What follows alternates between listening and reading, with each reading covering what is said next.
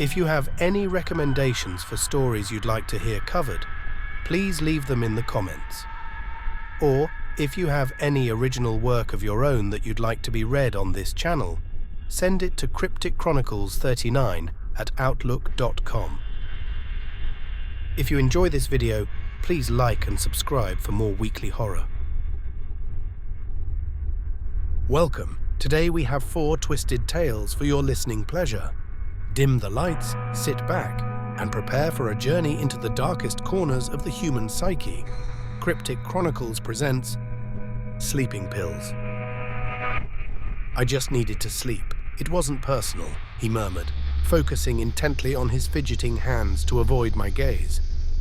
During the war, to desensitize us, our superiors played the harrowing screams of dying men over the speakers in our barracks. Initially, it was deeply unsettling, but over time I couldn't sleep without it. He yawned, revealing the dark circles under his eyes. I see, I responded, sitting across the table from the soldier, and this justifies your actions. Lifting his gaze briefly, he met my eyes, then quickly averted them. No, not at all. What I did was inexcusably selfish.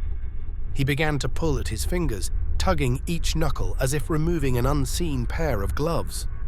Then why? I pressed. Suddenly alert, he straightened in his chair. Why what?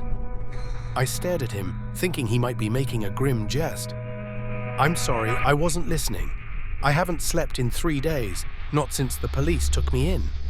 Can you remind me of our topic? His outburst surprised me, given his typical calm demeanor.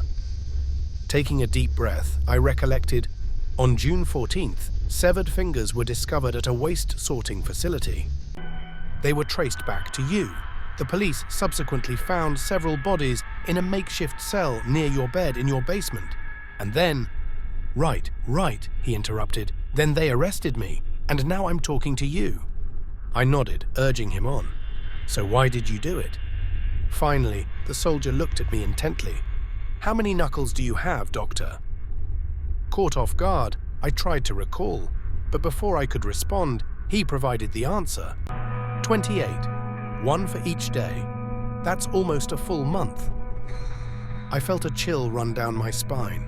The thought of being kept alive for nearly a month, losing a piece of each finger daily, was horrifying. And the inevitable question, what would happen once the fingers were gone? Although we now knew the answer, the victims must have agonized over it daily.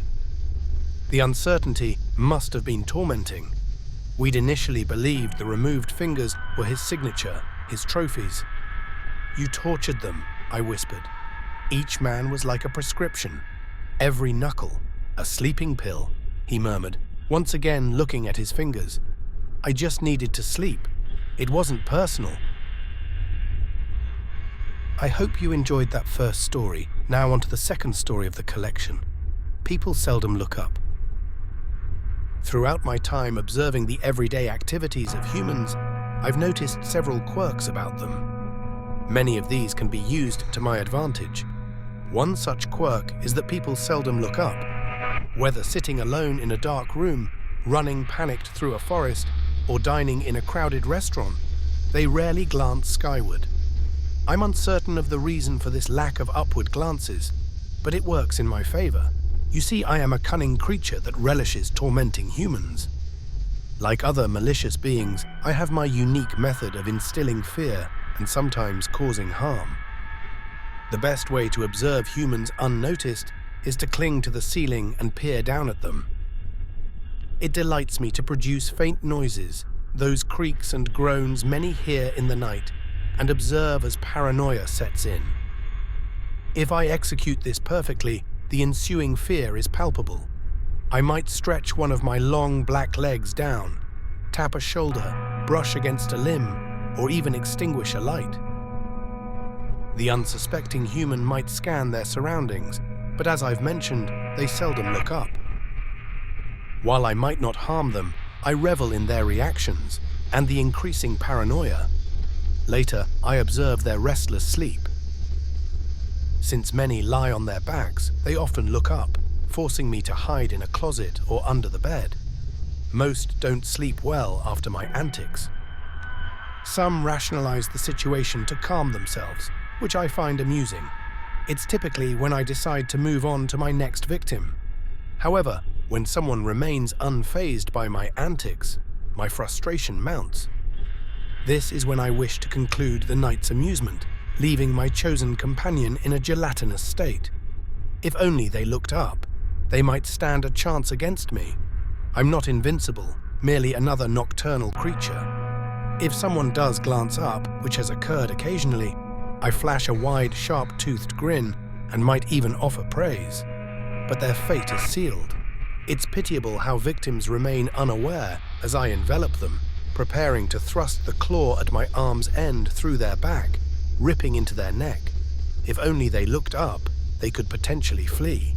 I rarely pursue, but they seldom look up. Which is why, right now, I'm gazing down at you. Don't look up, friend. I doubt you'll appreciate the sight. If you enjoyed that second story, you're in for a treat with the third of the collection, presenting Hammer. The video rental place down the street was having a sale, so I decided to grab something to watch later. As I was going through the bins, I found a VHS tape that didn't have any case. The only sign that anything was actually on the video was a white sticker with the word Hammer scrawled across it in black ink. I had no way of telling what the movie was about, but since it was only 100 yen, I decided to buy it anyway. When I got home later that evening, I was dying to know what the video was.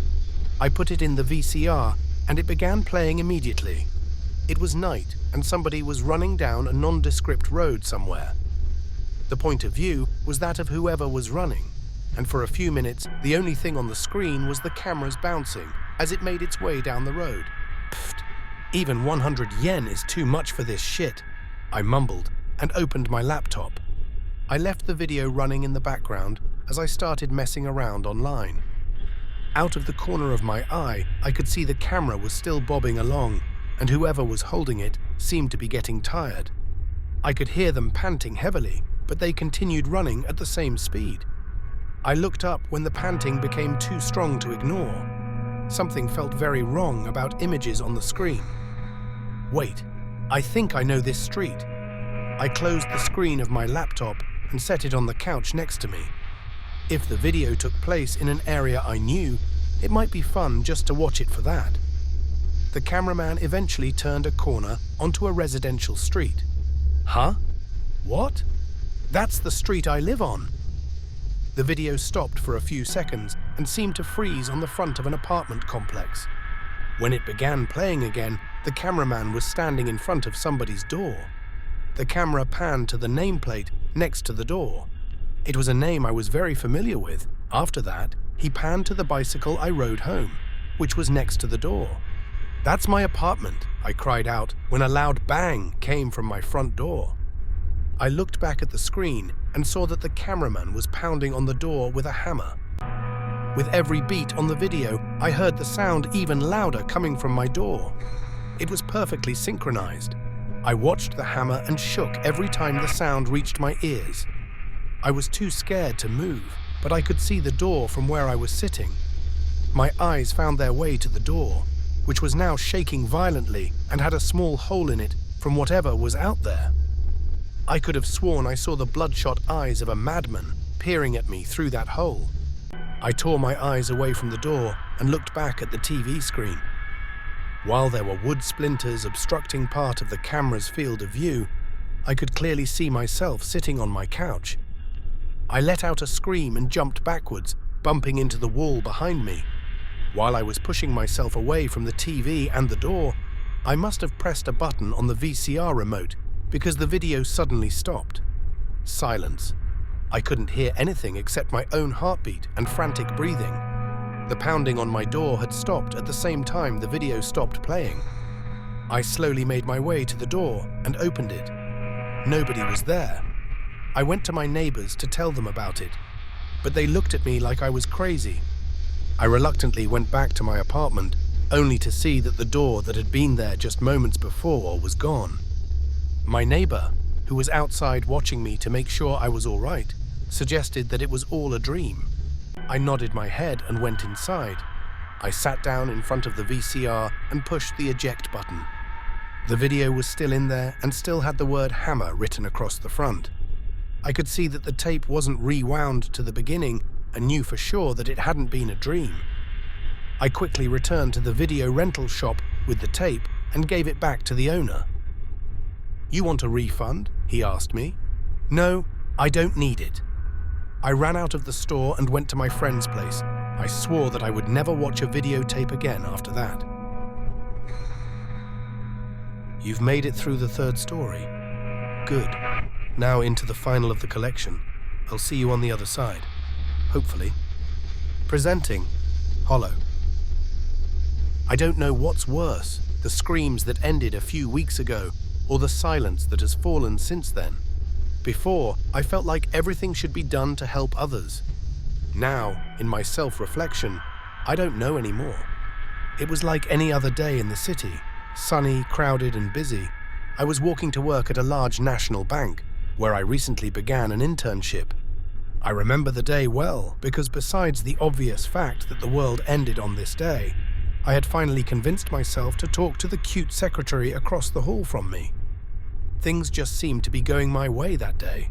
I walked to work every day, and the flow of traffic was straight my way. That's when the alarms sounded. There was a mass panic, as is expected. I watched as thousands of people ran in hysteria, all going absolutely nowhere. Some of the people ran for the subways, anything deep in the ground. There's only so many places to go, and as I stated before, people weren't getting very far. The only option I really had was to follow all those going into the subways. There were some military personnel in the corridor instructing us down the tunnel, wearing full military gas suits, like they were equipped for some sort of bio-air attack. You couldn't see their faces at all, and they looked ominous. Some people were crying, and the children were screaming as their parents dragged them into the ever-darkening tunnel. It must have been a few hours that I walked in darkness with crowds of people before more military personnel, dressed in similar attire as described before, signaled us to turn left into a behemoth of a vault.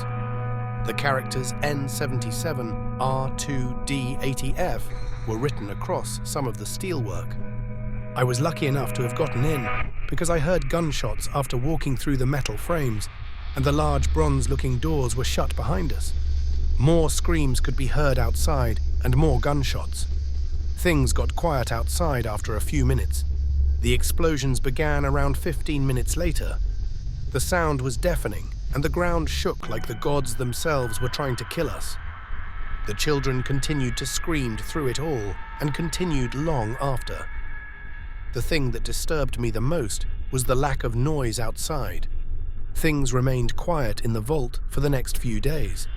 People talked about what it was that might have happened on the outside, and the general consensus was that a nuclear explosion had detonated on the surface. It was a miracle that we were still all alive, to be honest. There was a small cafeteria for us, but it was obviously overwhelmed by the amount of refugees here. The food rations were fairly small and seemed inhumane, though we all knew there wasn't enough to go around. It was around the third or fourth day that noises began to come from outside of the vault. The soldiers were instructed by their superiors not to open the doors for any reason, and I think we were all thankful for it. None of us wanted to see what was on the other side, especially now when we heard their pleas. "We know you're in there. You have to let us in. Help us. We're dying out here. Do something. For the love of God, help." Their cries went on for around 3 hours before gunshots sounded on the other side of the door. I don't want to know who those shots came from, but we were all glad for the quiet. After a week more, the voices were back. This time they cursed and threatened us all on the inside. They went on to say that once they were on the inside, they'd eat our flesh and suck the marrow from our bones like a straw. I tried not to let it get to me, but it wasn't working. The voices followed me into my dreams and caused me horrible nightmares. I dreamt I was on the outside in the probably leveled city, being chased by subhumans trying to eat me. I know they're just dreams, but who knows if that's too far off from reality. Recently, the leaders of the vault had all agreed that our rations would be halved. There was protest, and a small faction tried to take the cafeteria, but they were all shot. I've begun hoarding the food I've gotten in my bag for work. Like I said, there's not a lot, but I stow away what I can, when I can. They're inside the vault, and they're not human. I caught a glimpse of them as I ran through the corridors, and those things are not humans. They have horrible green glowing eyes, and their hairless skin is yellow. I locked eyes with one of them, and in that moment I felt the hatred he, or it, felt for me. A step, 2 steps, and then finally a burst of rounds into his head from his left. I didn't stop to wait and greet my savior. I ran. I ran as fast and as hard as I could run. You'll probably think me a coward for what I'm about to say next, but I don't care. I arrived in the cafeteria and went straight for the kitchen.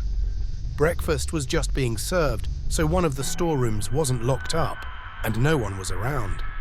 I locked the giant door behind me and listened to the carnage outside of my door. Some shots continued to ring throughout the next couple hours, and were silenced. I spent my time taking stock of what food I had, and it was enough to survive for, let's just say, a hell of a long time. A soldier lay inside near the door with his rifle to his front, and his sidearm still holstered. I grabbed the sidearm and pocketed it. I have been in this room for longer than I can keep track. By the amount of cans stacked against the wall, I can only guess a month. The corpse in the room began to rot a long time ago, and the stench is horrendous. It fills my nostrils day and night. The worst of it is, they know I'm here. They know I've locked myself in this room, and they keep telling me I am going to die here. I am going to die in this room. This is the place. They whisper to me in my sleep that they'll peel my eyelids off of my head and rip my fingers off one by one. I spend the days curled up in the corner, watching the man rot, wishing my hell would end. I've thought to myself many times that I could just shoot myself in the temple and then this nightmare would go away. The food is dwindling, and the idea is more and more tempting. Those hollow things call my name. In my loneliness, I told them who I was. They tell me to open the door, and it'll all be over. Those hollow, unhuman things tell me to end it. End the torture on my own terms. They got one thing right. Tomorrow, when I wake up, I'm ending it on my own terms. I hope you enjoyed this collection of stories. If you have, please subscribe for more. Remember, if you have any recommendations you'd like to hear read on this channel, leave them in the comments. And if you'd like an original piece read, see the email in the description.